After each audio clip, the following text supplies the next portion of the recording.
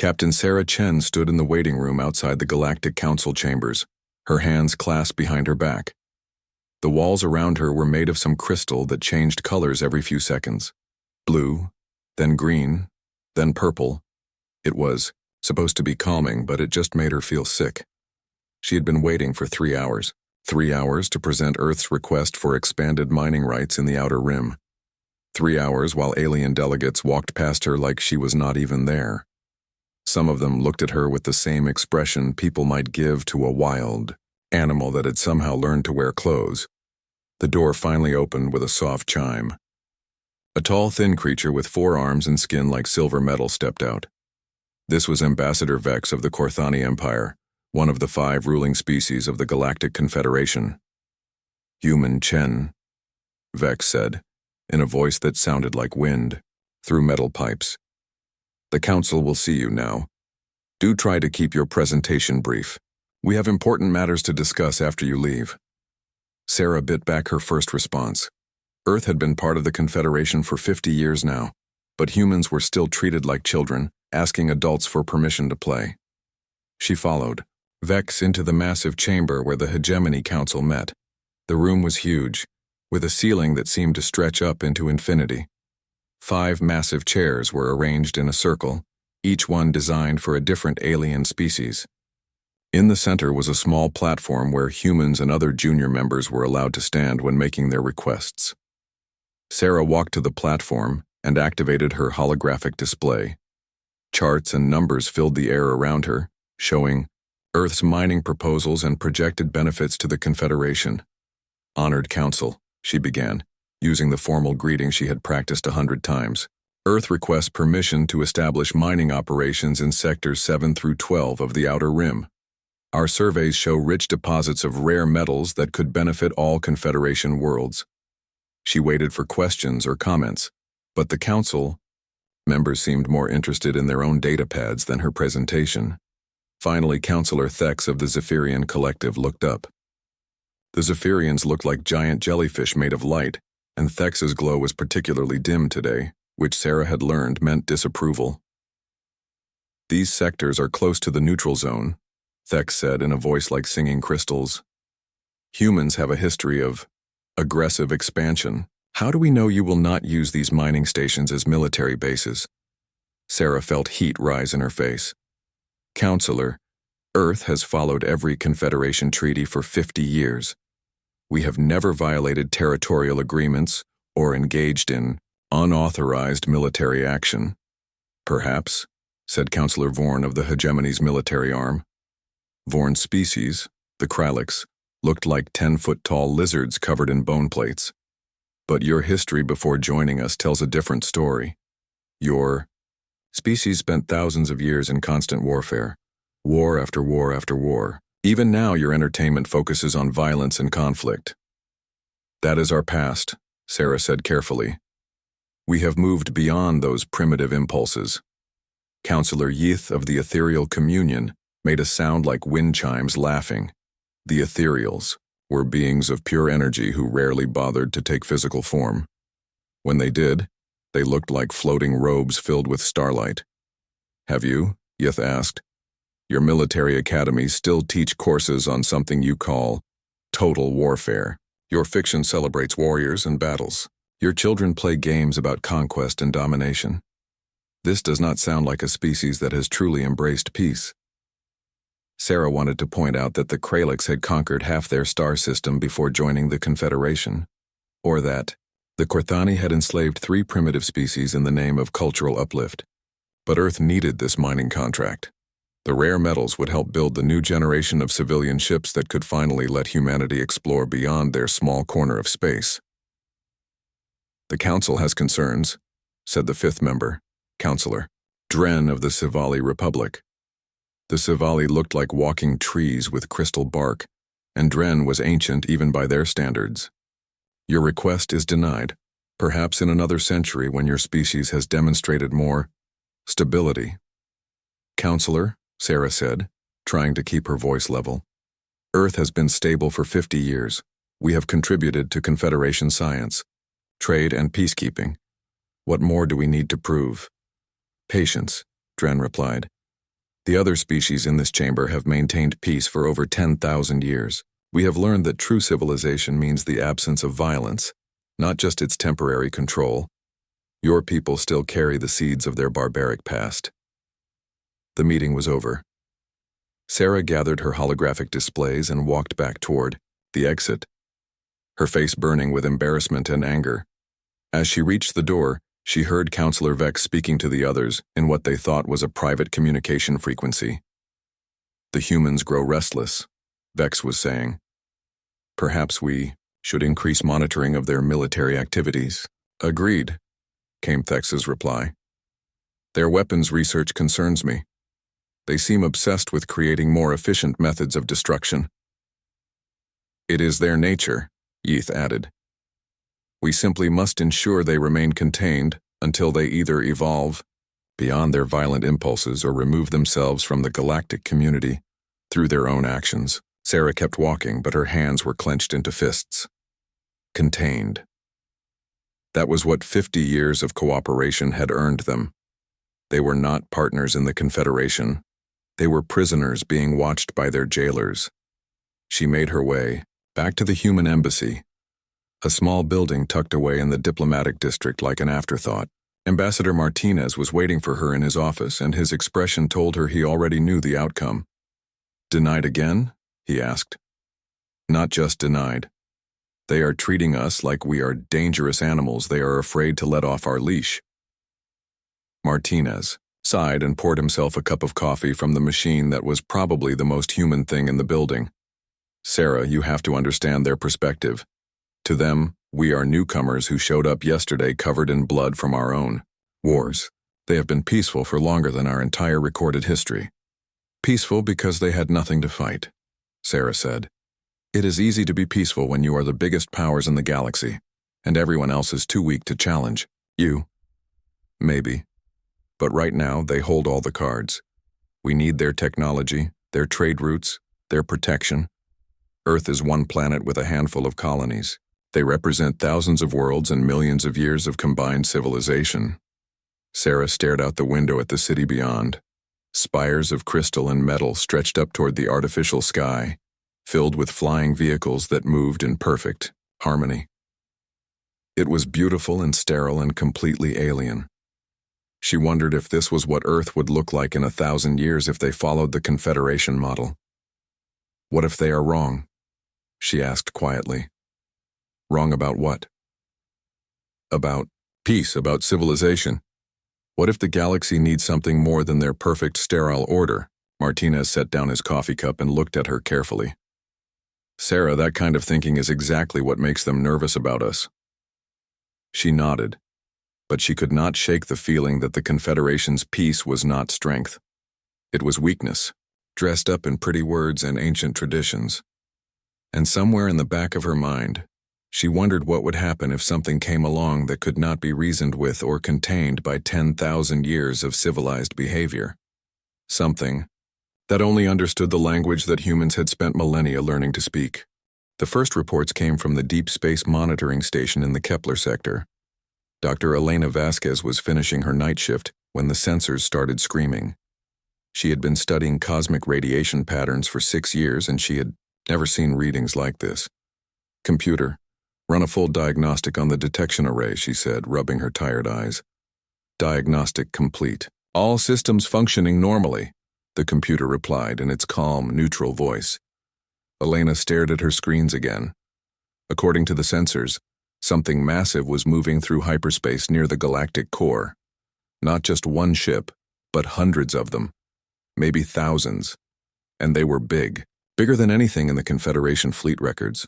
She opened a communication channel to her supervisor back on the research station. Professor Chen, you need to see this.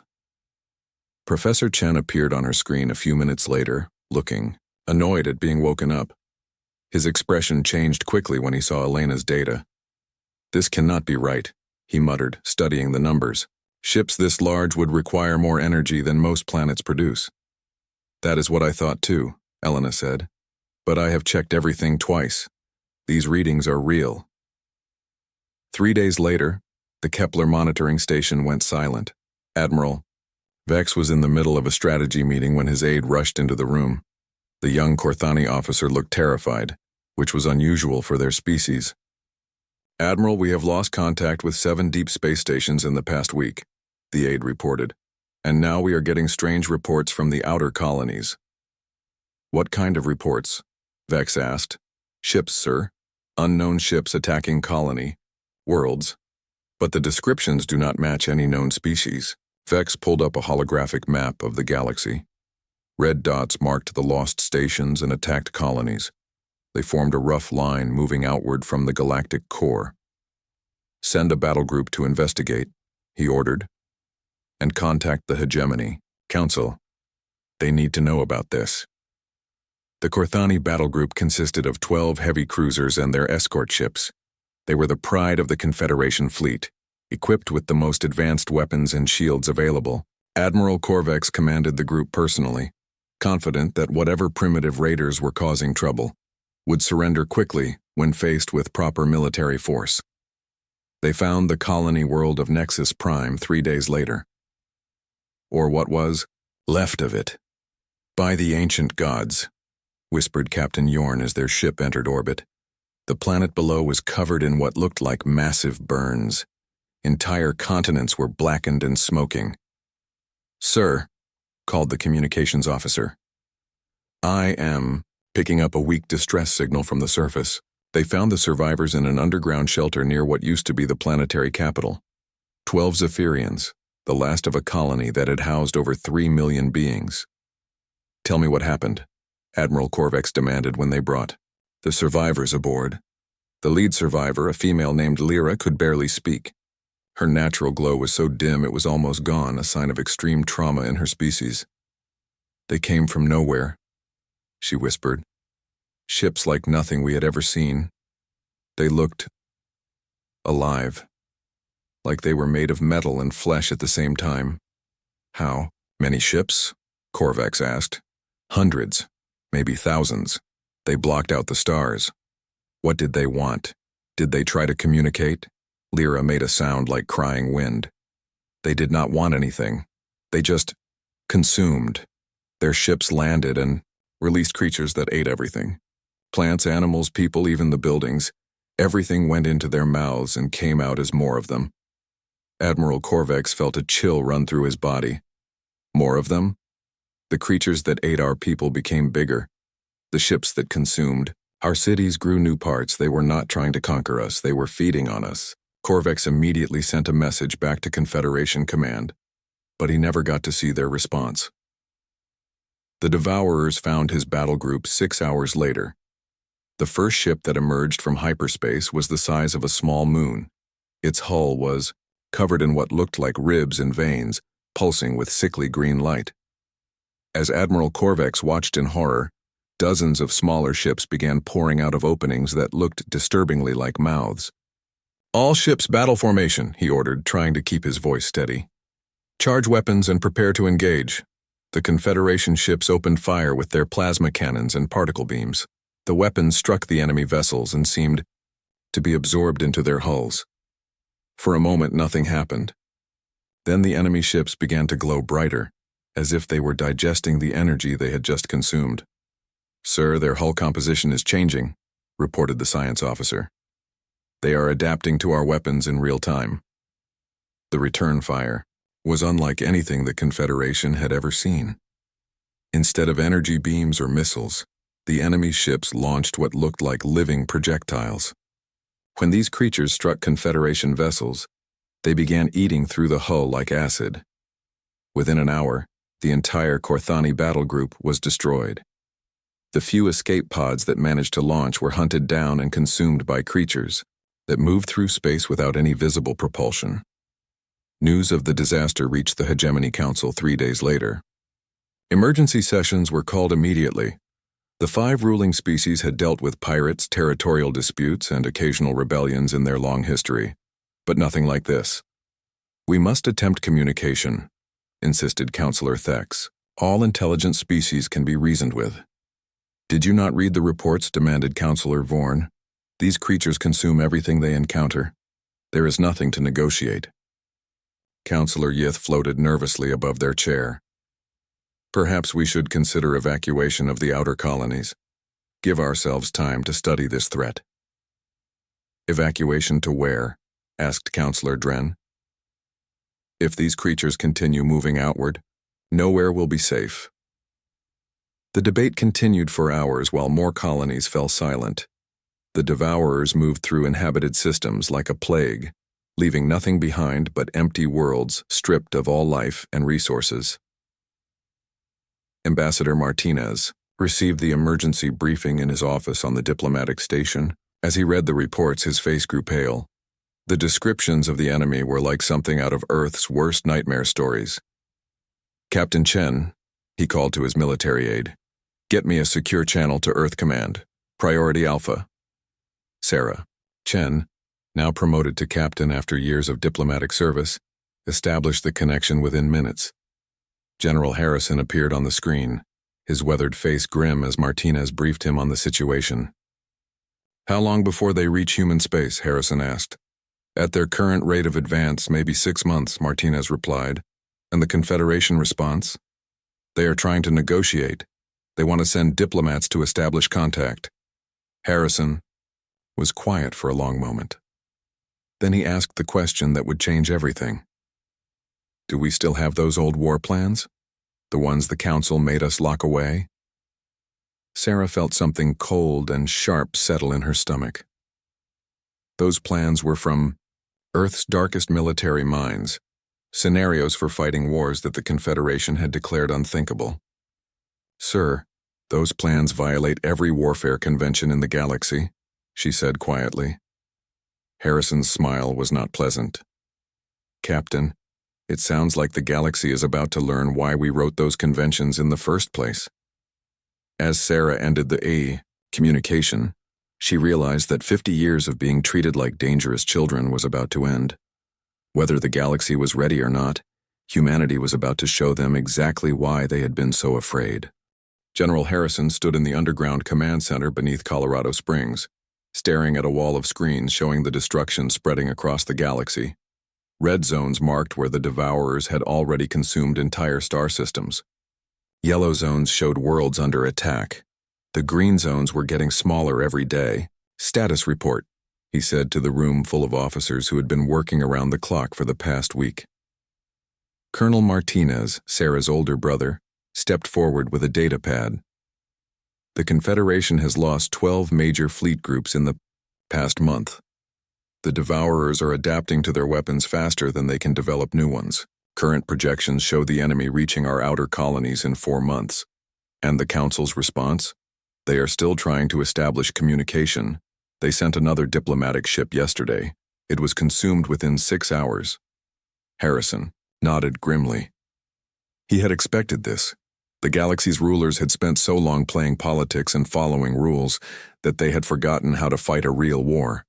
But humanity remembered. Activate the Fenrir protocols, he ordered. Every officer in the room went very still. The Fenrir protocols were plans that had been classified above top secret for 50 years. They were strategies and weapon designs that the Confederation had made Earth promise to never use. Sir, said Colonel Martinez carefully, the Confederation treaties specifically forbid most of those weapons and tactics. Harrison's smile was cold. Colonel, show me the Confederation fleet that is going to stop us. Within hours, military bases across human space came alive with activity that had been hidden for decades. Facilities that the Confederation believed were research stations revealed their true purpose. The Titan weapons complex on Luna began, producing warheads that could crack moons. The Prometheus labs on Mars started manufacturing ships designed not for exploration, but for killing everything they encountered. On Earth, Admiral Chen received a call that she had been waiting for. Her entire career. Admiral, this is General Harrison. How quickly can you have the terra firma ready for combat? Admiral Chen looked out at the massive ship docked at Luna Station.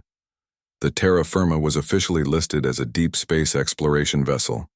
In reality, it was a dreadnought designed to fight battles that the Confederation said could never happen. We can be ready in 48 hours, sir. But our crew will need briefing on the real capabilities. Already handled. Captain Reynolds is being transferred from special projects. She knows what the ship can really do.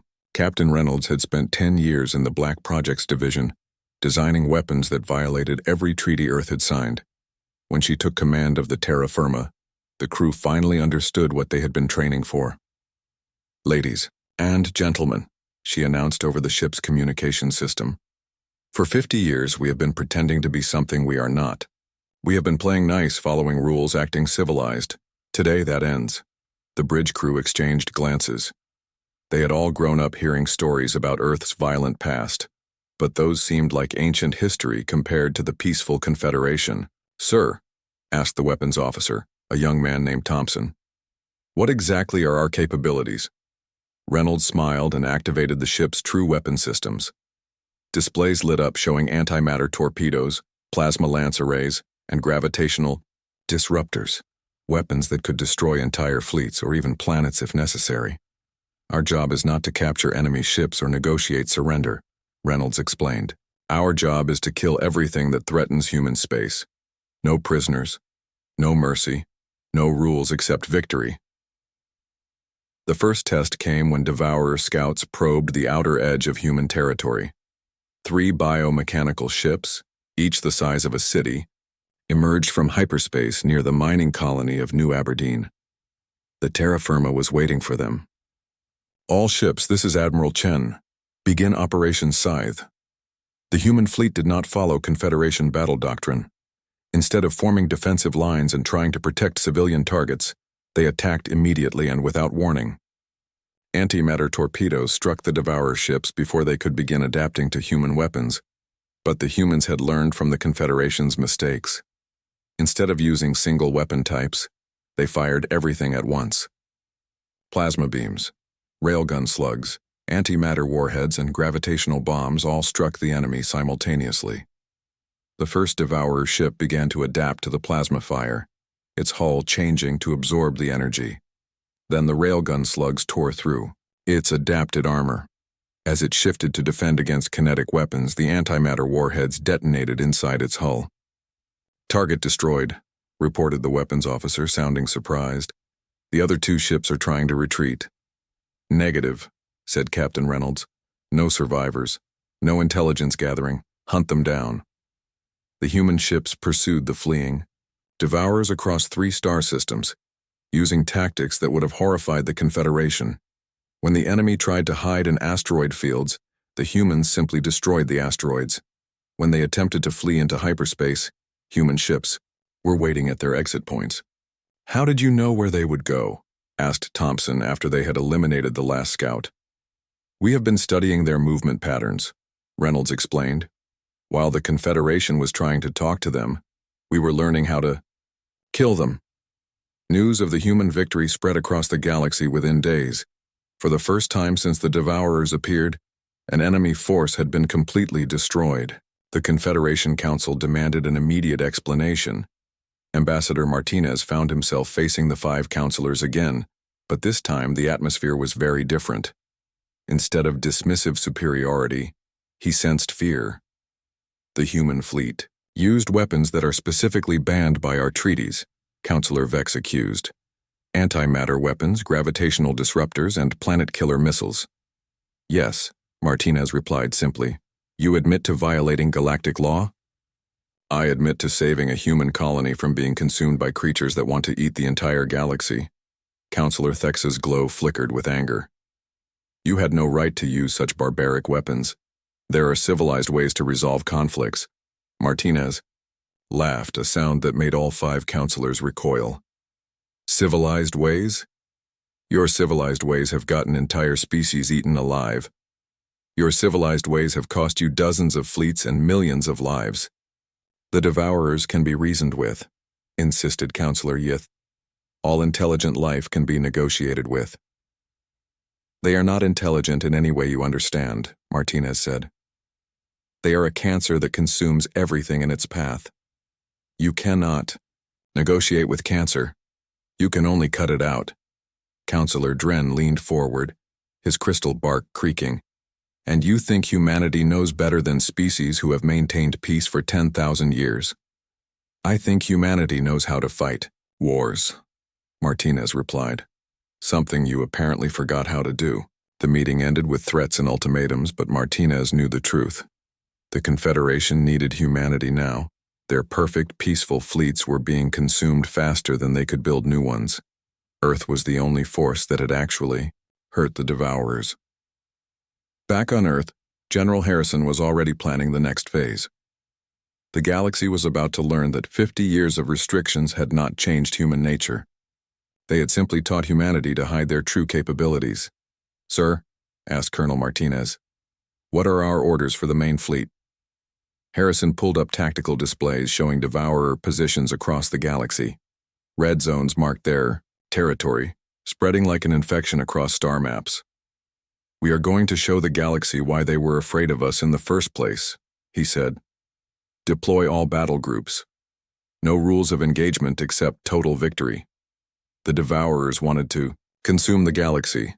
He paused, watching the red zones on the map. They are about to learn what happens when apex predators get hungry.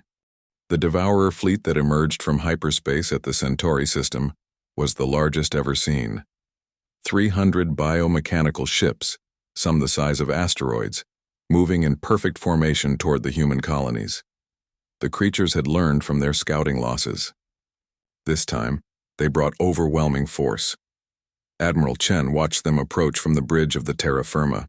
Her fleet seemed tiny by comparison. 47 human ships against an armada that had consumed entire star systems. By Confederation standards, she should have been requesting evacuation ships and preparing to retreat. Instead, she was smiling. "All ships, this is Admiral Chen. Execute Battle Plan Omega. Remember, we are not just fighting for ourselves today. We are showing the galaxy how this war ends."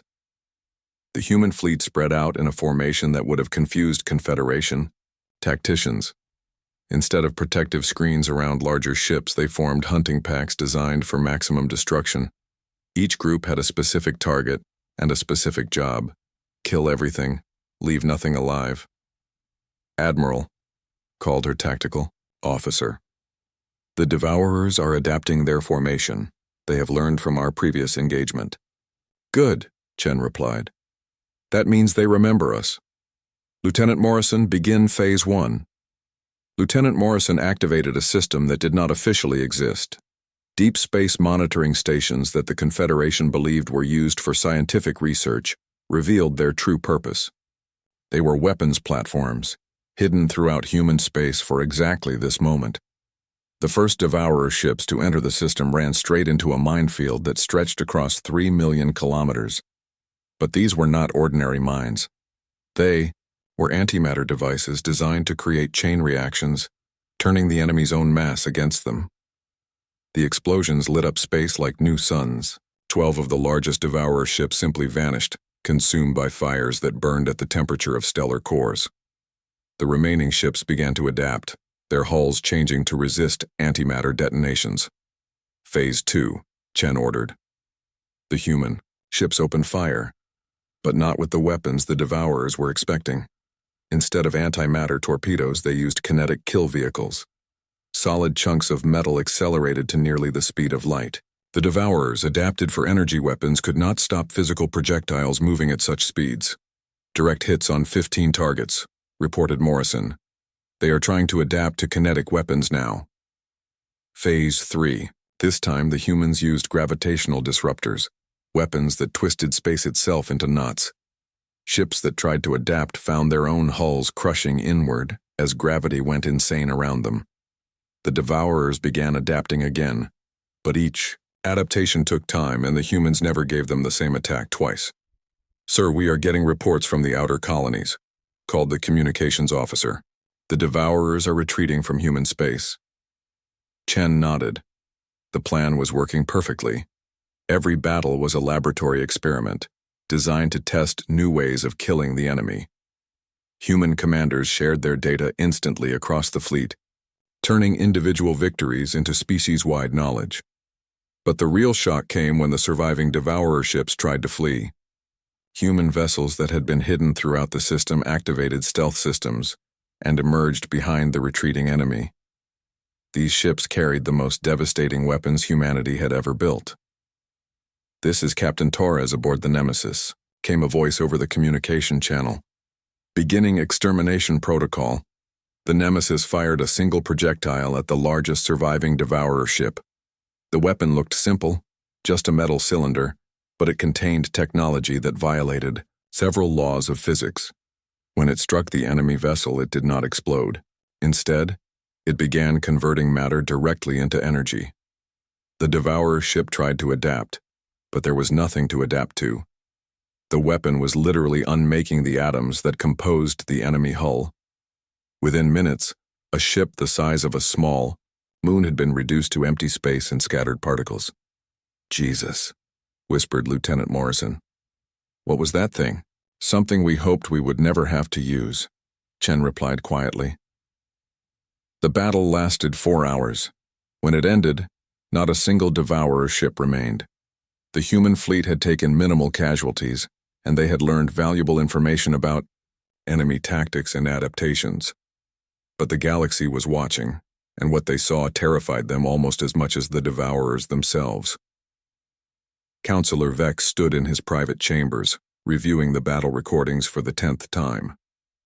The humans had not just defeated a superior enemy force, they had systematically dissected it, testing different weapons and tactics like scientists studying laboratory specimens.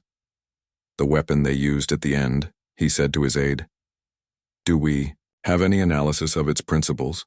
"Our scientists believe it is some form of matter conversion device," the aide replied nervously. "The energy release suggests they can literally unmake atomic bonds." Vex felt something he had not experienced in centuries: real fear.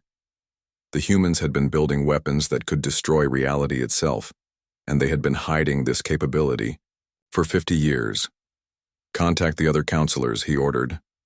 "Emergency session. We need to discuss the human situation immediately." But while the Confederation leaders were panicking, human fleets were already moving deeper into Devourer territory. Admiral Rodriguez led a battle group toward the occupied Zephyrian colonies, while Admiral Park took his ships to liberate the conquered Korthani worlds. The battles that followed were not really battles at all.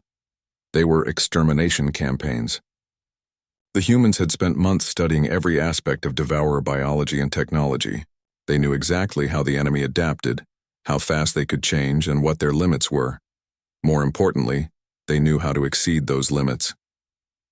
On Kepler Prime, Admiral Rodriguez's Marines landed on a world that had been completely consumed. The planet's surface was covered with Devourer feeding structures and biomechanical factories. According to Confederation doctrine, the world was lost forever. The humans disagreed. "All units begin sterilization protocol," Rodriguez ordered from orbit. "I want every trace of contamination burned away." The human ships fired weapons that turned sand into glass and metal into vapor. They used atmospheric processors to literally burn away the air and replace it with clean gases. When they were finished, Kepler Prime was a sterile rock, but it was clean. More shocking to the galaxy, they did not stop there. Human engineering ships arrived within days, carrying terraforming equipment and genetic banks of native species. Within weeks, they were rebuilding the world from scratch. "This is impossible," protested Counselor Thex when she saw the reports. "A consumed world cannot be restored. The contamination runs too deep." "Apparently, humans disagree with your assessment," replied the messenger, a young Sivali diplomat who looked uncomfortable delivering the news. The pattern repeated across dozens of star systems. Human fleets would arrive, exterminate every trace of Devourer presence, then begin rebuilding whatever had been destroyed. They were not just winning the war, they were erasing it as if the Devourers had never existed. But the most terrifying moment came when Captain Sarah Chen, now commanding the heavy cruiser Retribution, intercepted a Devourer transmission. The creatures, for the first time since they had awakened, were trying to communicate. "Human vessels," the transmission said in broken Standard Galactic. "We seek parley. We seek terms." Sarah's response was broadcast across the galaxy. "The only terms are extinction. You wanted to consume us. Now learn what it feels like to be prey." The Devourers had spent 10,000 years in hibernation, dreaming of the day they would consume the galaxy. They had awakened expecting to find the same weak, scattered civilizations they remembered from ancient times. Instead, they found humanity. And humanity was very, very hungry. The last devourer died on a small moon in the Outer Rim, 3 years after the war began. Admiral Sarah Chen watched from the bridge of her flagship as human marines hunted down the final creature hiding in underground caves. It was not much to look at, just a small biomechanical thing trying to burrow deeper into the rock. Target eliminated, came the report from the surface. Area swept clean. No biological or technological contamination detected. Sarah nodded and made a note in her log. Devourer War concluded. Total enemy casualties, 100%. Total human casualties, 23,000 soldiers and civilians. It was the most one-sided victory in galactic history. But the war had been over for months. What took 3 years was not defeating the Devourers, but hunting down every last trace of them. Humanity had decided that extinction meant extinction. Not a single cell, not a single piece of contaminated technology, not even a memory, would remain. They had kept their promise. Admiral, called her communications officer. We are receiving a transmission from Earth. General Harrison wants to speak with you. Harrison's face appeared on the main screen, looking older but satisfied. Behind him, Sarah could see the rebuilt Pentagon, now the headquarters of the Terran Defense Force. Congratulations, Admiral. You and your fleet have completed the final sweep. The galaxy is officially Devourer-free. Thank you, sir. What are our orders now? Harrison smiled, but it was not a pleasant expression. Return to Earth. We have a new galaxy to organize. The trip back to human space took 2 weeks. As Sarah's fleet traveled through systems that had once been Devourer territory, she saw the transformation that humanity had brought to the galaxy. Worlds that had been consumed were now green and blue again, rebuilt with Earth plants and animals.